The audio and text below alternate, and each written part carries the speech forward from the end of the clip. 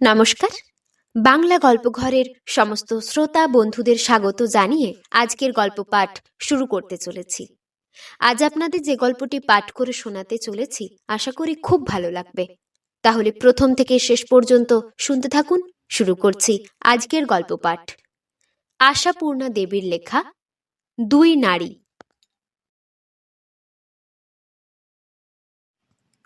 গাড়িতে ওঠার সঙ্গে সঙ্গেই জলের কুঁজোটা ভাঙিয়া ফেলার অপরাধে সে অবধি মুখখানা হাঁড়ির মতো করিয়া বসিয়া আছে সুনন্দা।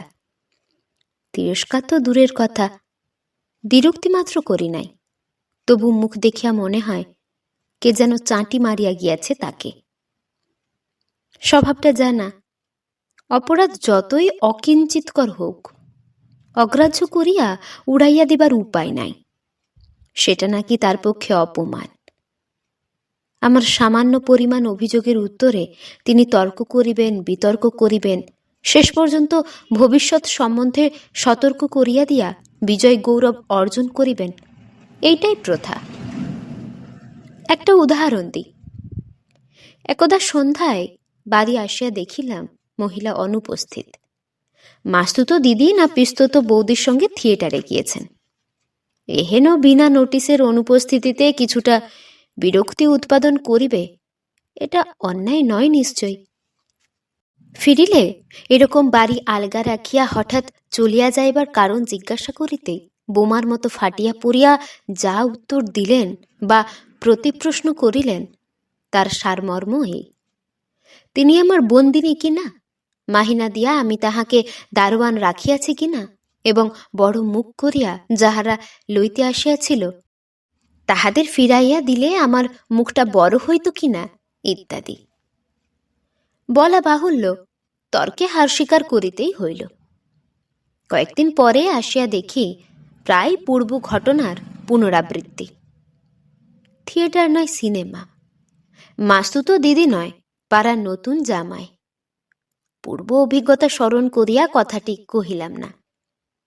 উত্তরে তিনি গোটা 2টি দিন বিনা বাক্যে হাঙ্গার স্ট্রাইক করিয়া পড়িয়া রহিলেন। পরে শুনিলাম এমনকি গার্হিত কাজ তিনি করিয়াছিলেন যে মুখের কথাটি পর্যন্ত শুধাইতে ছেদ্দা হয় নাই আমার। জানি সবই, কিন্তু এক গাড়ি লোকের সামনে সামান্য একটা মাটির কুঁজোর ক্ষতিতে কিছু আর স্ত্রীকে তিরস্কার করিয়া প্রত্যক্ষ সংগ্রামের সম্মুখীন হইতে পারি না, বরং এক্ষেত্রে হাড়িমুখী শ্রেয়। কথা কহিবার চেষ্টা বৃথা। সম্মুখবর্তী জংশন স্টেশনটার অপেক্ষায় তাকাইয়া থাকি, জল এবং জলাধার সংগ্রহের আশায়। মুখভারের পরিবর্তন লক্ষ্য করিতে বার কয়েক আরে আরে তাকাইতে তাকাইতেই হঠাৎ নজর পড়িয়া গেল সুনন্দার পার্শ্ববর্তিনীর প্রতি। বিশ্বাস করুন আর নাই করুন, নজরটা প্রথমত ইচ্ছাকৃত ছিল না, কিন্তু সত্য গোপন করিব না, পরবর্তী নজরগুলো ইচ্ছাকৃত। কিংবা আমার উপর যদি ভালো ধারণা রাখিতে চান, ভাবিতে পারেন অসাবধান প্রসূত। কিন্তু না তাকাইয়া উপায়ও ছিল না, এমন একখানি মুখ সচরাচর চোখে পড়ে না। সুন্দর কথাটা ছাড়া বিশেষ কোনো বিশেষণ জানা নেই বলিয়াই আমরা মুগ্ধ হইলে বলি সুন্দর। আজ হঠাৎ মনে হইল অপূর্ব। হ্যাঁ, ওই একটি মাত্র বিশেষণই ব্যবহার করা চলে। সুন্দর অসুন্দরের প্রশ্নটা অবান্তর। উগ্র আধুনিক না হইলেও সাজসজ্জায় আধুনিকতার ছাপ। সঙ্গে trunk, suitcase, bedding, tiffin carrier ইত্যাদির বহরটাও সাধারণ, এবং এতগুলি যাত্রীর মধ্যে কে যে তাহার যাত্রী সঙ্গী বুঝিবার উপায় না থাকিলেও সেটিও যে অসাধারণ নয় সে কথা নিঃসন্দেহে বুঝিতে পারি। সুনন্দার সেন্য দৃষ্টি উপেক্ষা করিয়াও আরেকবার চাহিলাম। দ্বিতীয়বার মনে মনে উচ্চারণ করিলাম, অপূর্ব। সকল কাজেরই প্রতিক্রিয়া আছে।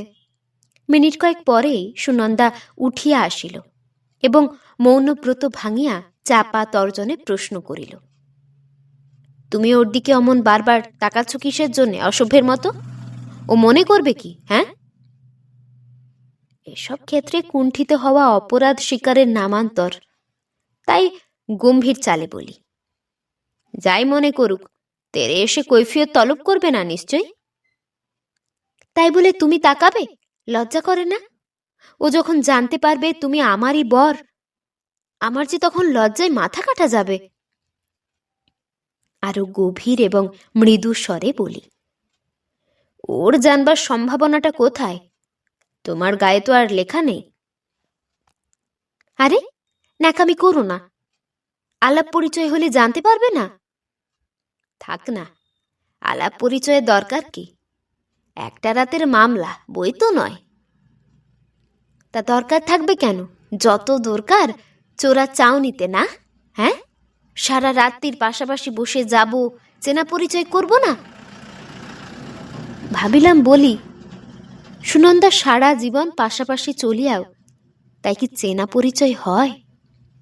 বলিলাম না। স্মরণ হইল এটা গাড়ি এবং সুনন্দার সদ্য রাগমুক্ত মেজাজ। বলিলাম, তাহলে যথার্থ পরিচয়টা দিও না, বলেও বাড়ির সরকার কিংবা পাড়ার লোক। থাক, তোমার আর কথা বানাতে শেখাতে হবে না। পদ্য বানাতে পারেন বলে একেবারে খবরদার বলছি, অমন অসভ্যের মতো তাকাবে না। বলিয়া নিজের আসনে গিয়া বসিল সুনন্দা। অগত্যা সুসভ্যের মতো জানালা দিয়া বাহিরের দিকে তাকাইয়া থাকি। তবু মিথ্যা বলিব না, উৎকর্ণ হইয়া থাকি আলাপ আরম্ভের আশায়। কিন্তু ট্রেনের শব্দ ও সহযাত্রীবর্গের কোলাহল ছাপাইয়া দুটি তরুণীর কণ্ঠস্বর অনেক চেষ্টায় কানে যদি বা আসে, অর্থবোধ হয় না। জংশন স্টেশনের কাছাকাছি আসিতেই চমক ভাঙে। অনেক আলো, অনেক কোলাহল। মনে পড়িল খাবার জল সংগ্রহ করিতে হইবে, তাই নামিয়া গেলাম। সামান্য চেষ্টাতেই সরাই পাওয়া গেল। ঝাঁকা মুটে ফেরি করিয়া বেড়াইতেছে। টিউবওয়েলের পরিষ্কার জল ভরিয়া ফিরিয়া আসিলাম এবং কেন জানি না বেশ স্পষ্ট গলায় শুনাইয়া দেওয়ার ভঙ্গিতেই উচ্চারণ করিলাম, এই এক শুধু শুধু কষ্ট, সরাই জোগাড় করতে কম হয়রান হতে হলো। বাপরে! কেন বলিলাম? প্রত্যক্ষ সংগ্রাম পিপাসায়।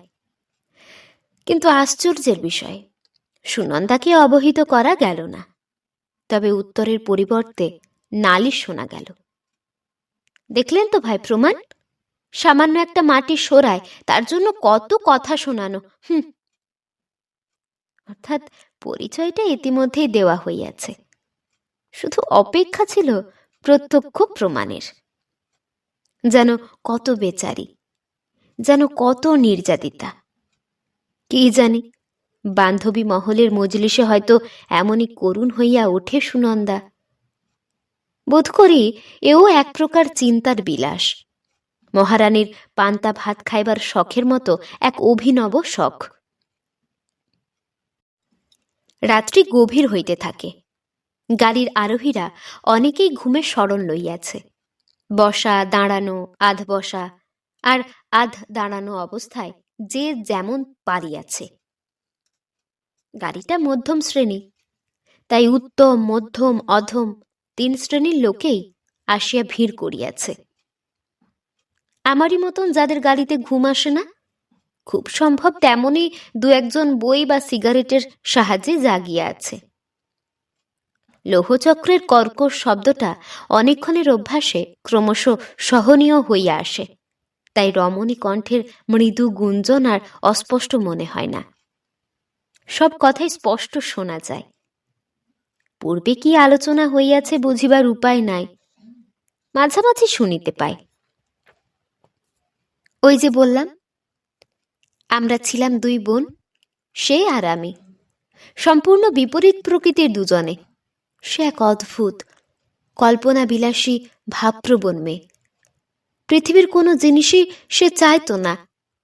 আপনার মনে আপনি কোন স্বর্গলোকের স্বপ্ন দেখত সেই জানে। তাই সে যখন প্রেমে পড়ল, তার দুজনের মধ্যে বড় কে, সে না তুমি? কথার মাঝখানে ছেদ পড়ে সুনন্দার অনাবশ্যক প্রশ্নে। তুমি শব্দটা কানে এত বিসদৃশ্য ঠেকে? ভদ্রমহিলা সুনন্দার চাইতে বড় যদি বা না হইতে পারেন, ছোট নিশ্চয় নয়, কিংবা সাল তারিখ মিলাইয়া যদি সাব্যস্ত হইতে থাকে, ছোটই।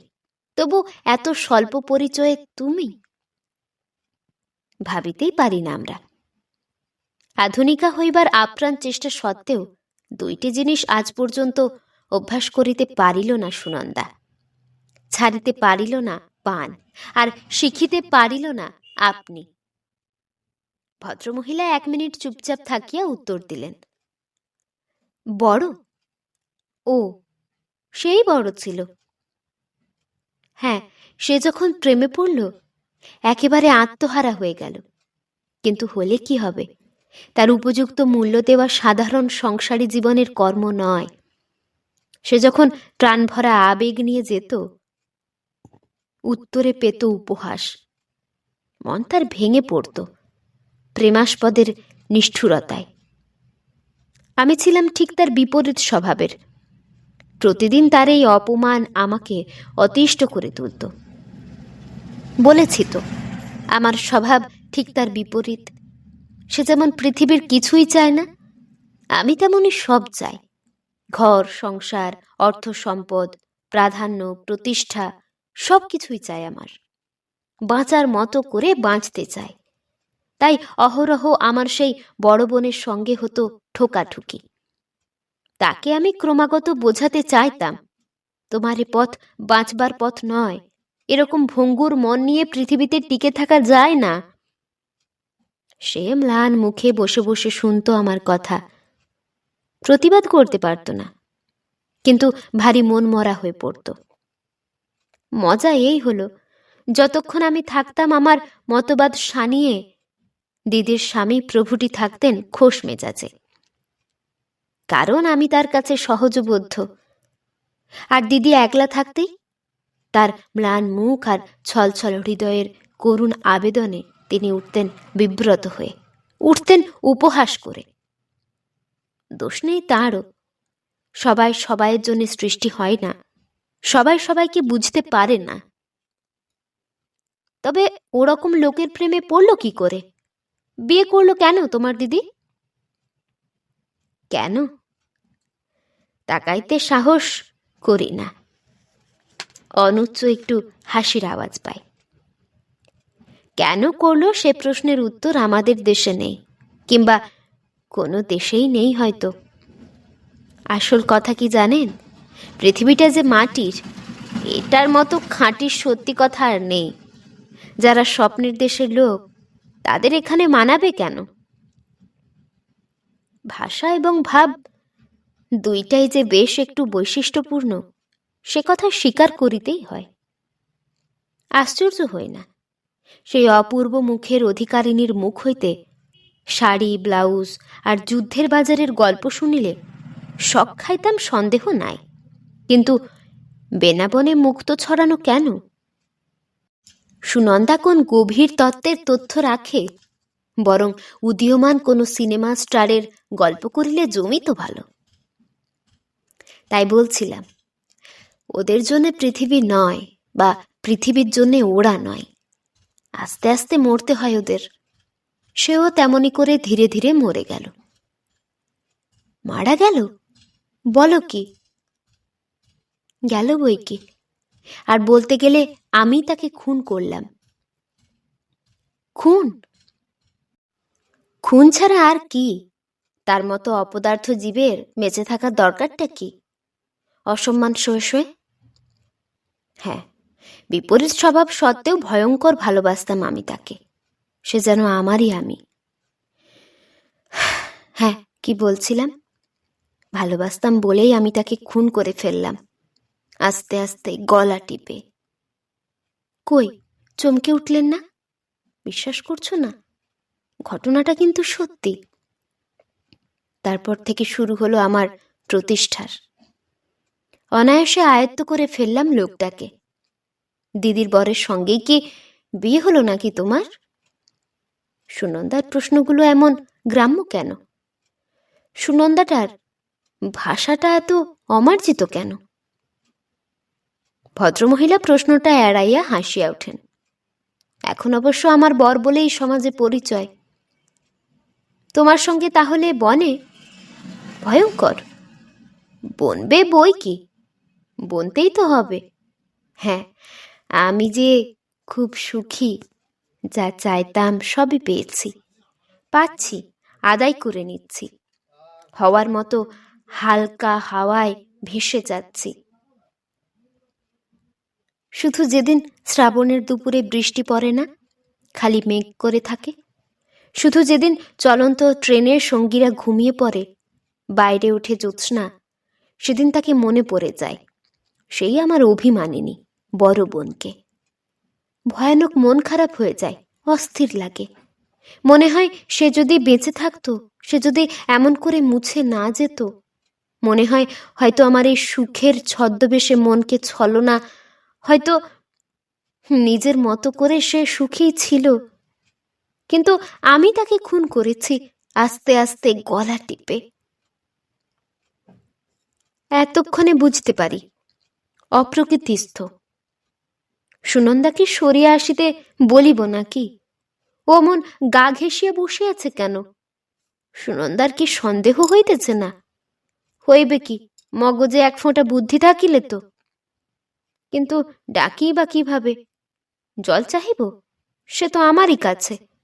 থাক, খুব বেশি পাগল নাকি? না বোধ হয়। তাছাড়া আমার এই দৃষ্টি এড়াইয়া কি আর করিবে? বেশিক্ষণ ভাবিতে হইল না। পরবর্তী স্টেশনটার কাছাকাছি আসিতেই এক ভদ্রলোক বাঙ্কের ওপর হইতে নামিয়া পড়িয়া সম্মুখবর্তিনীর প্রতি বাঁকা কটাক্ষে, আশা করি ভুলে যাওনি, এখানে চেঞ্জ করতে হবে, বলিয়া বেডিং, সুটকেস প্রভৃতি লইয়া বীর বিক্রম সুর করিয়া দেন। পরনে চড়া রঙের খাকি স্যুট, মুখে চোখে আর ছাঁটা গোঁফে কড়া মিলিটারি ছাপ। ওগুলো নিয়ে ব্যস্ত হচ্ছ কেন? স্টেশন আসুক, কুলিরাই তো। অসামান্যা উঠিয়া দাঁড়ান। ড্যাম কুলি, 1 মিনিট মাত্র স্টপেজ, তা জানো? উফ, কি দুর্ভোগ! গরমে একেবারে ফেল্ট হবার জোগাড় হচ্ছিল। 2nd ক্লাস টিকিট কিনে এভাবে নরক যন্ত্রণা ভোগ করা, কেবলমাত্র রিজার্ভেশনের অভাবে এইটি হলো। দেখি বাকি সময়টুকু যদি একটু ভদ্রভাবে যাওয়া যায়। অর্থাৎ গাড়ির এতগুলি আরোহীর মধ্যে ভদ্রভাবে যাইবার যোগ্যতা যে কেবলমাত্র তাহারই আছে, সেটুকু সকলকে জানাইয়া দেওয়া। কি কারণে কি দুর্ভোগ, সে তথ্যটুকু তো তাহার সহচরিণীর না জানার কথা নয়। ভদ্রমহিলা আর উত্তর দেন না, জানালার কাছে সরিয়া দাঁড়ান। সব শুদ্ধ কটা ছিল? 7টা না? টিফিন ক্যারিয়ারটা নিয়ে, নাকি ওটা বাদে? কি, তুমি যে একেবারে স্ট্যাচু বনে গেলে? এতক্ষণ তো গ্র্যান্ড চালাচ্ছিলে। যাক, তোমার আর একটা বিদ্যের পরিচয় পাওয়া গেল। এমন মার্ভেলাস গল্প বানাতে পারো, সেটা জানা ছিল না। এই কলি, কলি, এই কলি, ইধার আও। 3 ठो काहे? दोनों आदमी का माल। এই হুঁশিয়ার সে, ব্যাস ব্যাস। সালা গিদ্ধর, তুমি কি নামাবে না? থেকেই যাবে? আশ্চর্য! ট্রেন ছাড়িয়া দেয়। থাকিয়া যায় নাই, শেষ পর্যন্ত নামিয়াছেন। ভদ্রলোকের কথাবার্তা শোনার পর পূর্ব ধারণাটার পোষণ করা চলে না। আর যাই হোক, পাগলিনী নয়, সঙ্গদোষ কথাটা মিথ্যা নয়। খাকি স্যুটের পিছন পিছন নামিয়া যাওয়ার পরে সঙ্গে সঙ্গে যেন মুগ্ধ ভাবটা লুপ্ত হইয়া যায়। জুত করিয়া বসি, সুনন্দার পাশেই বসি। এবার বোকা পেয়ে তোমায় খুব ধাপ্পা দিয়ে গেলেন ভদ্রমহিলা। কে বললে ধাপ্পা? আকাশে খণ্ড খণ্ড মেঘ, জ্যোৎস্নার ছায়া ম্লান। মুখ দেখা যায় না সুনন্দার, শুধু উত্তরটাই শোনা যায়। ধাপ্পা? সে তো প্রমাণ হয়ে গেল পতি দেবতাটির কথায়। বোধহয় ভেবেছিলেন লোকটা তো ঘুমাচ্ছে, বসা যাক এক আরব্য উপন্যাসের গল্প ফেঁদে, সময়টা কাটবে ভালো। ভুল করছো। শাহরজাদিরা আরব্য উপন্যাসের গল্প ফাঁদে স্বামীরা ঘুমিয়ে পড়লে নয়, জেগে থাকলে, ভুলিয়ে রেখে মৃত্যুকে এড়াতে। পড়নি আরব্য উপন্যাস? আরব্য উপন্যাস অবশ্য পড়িয়াছি, কিন্তু সুনন্দার মুখে এমন রূপক ঘেঁষা কথা কখনো শুনিয়াছি কি না মনে করিতে পারি না। সহজভাবে প্রশ্ন করি, তুমি কি বিশ্বাস করো ভদ্রমহিলা যা বলে গেলেন সব সত্যি? সব, শুধু একটা বাদে। কি? ওই খুনটা? না, ওই পরিচয়টা। দুবোন নয়, দুজন। একজনের ভিতরে থেকে অহরহ যারা দ্বন্দ্ব করে, যাদের মধ্যে একজনকে অবশেষে বেছে নিতে হয় মৃত্যু। সুনন্দার কথার মধ্যে আর যত দোষ থাক, দুর্বদ্ধতা দোষের পরিচয় তো কখনো পাই নাই। ব্যাপার কি? খণ্ড মেঘের দল কিছুক্ষণের জন্য পথ ছাড়িয়া দিয়াছি জ্যোৎস্নাকে। অবাধ স্বাধীনতায় মর্তলোকে ছড়াইয়া পড়িতে তাই দ্বিধা নাই তাদের। চাঁদের আলোয় সুনন্দার মুখ কি নতুন দেখিলাম? বিস্তৃত অতীতে কোনোদিন কি দেখিয়াছিলাম? নিত্য পরিচয়ের গণ্ডি ভাঙিয়া অপরিচয়ের মোহময় লোকে কে পৌঁছাইয়া দিয়াছে ওকে? জ্যোৎস্না। আমাদের জীবনে জ্যোৎস্নার কিছু দাম আছে? প্রকৃতির অনুশাসনেই মাত্র নির্দিষ্ট নিয়মে আসা যাওয়া করে নাকি? হয়তো তাই। শুধু যেদিন চলন্ত ট্রেনে জ্যোৎস্না নামে, সহযাত্রীরা পরে ঘুমাইয়া সোনার কাঠির স্পর্শে জাগিয়া ওঠে ভিতরের ঘুমন্ত নারী। পৃথিবীর লোকের অসম্মানের ভয়ে আপনার চারিপাশে দুর্ভেদ্য প্রাচীর তুলিয়া তুলিয়া যে গড়িয়া রাখিয়াছে নিজের কবর, হঠাৎ দেখিলে যাকে চিনিতে দেরি হয়। এতক্ষণ শুনছিলেন আশাপূর্ণা দেবীর লেখা দুই নারী গল্পটি। এই গল্পটি আপনাদের কেমন লাগলো তা আমাকে কমেন্টের মাধ্যমে জানিয়ে দেবেন। যদি ভালো লাগে তাহলে লাইক এবং সাবস্ক্রাইব করে আমাদের পাশে অবশ্যই থাকবেন। আবার দেখা হবে পরের কোনো একটি গল্প নিয়ে। ততক্ষণ আপনারা ভালো থাকবেন, সুস্থ থাকবেন, সাবধানে থাকবেন। নমস্কার।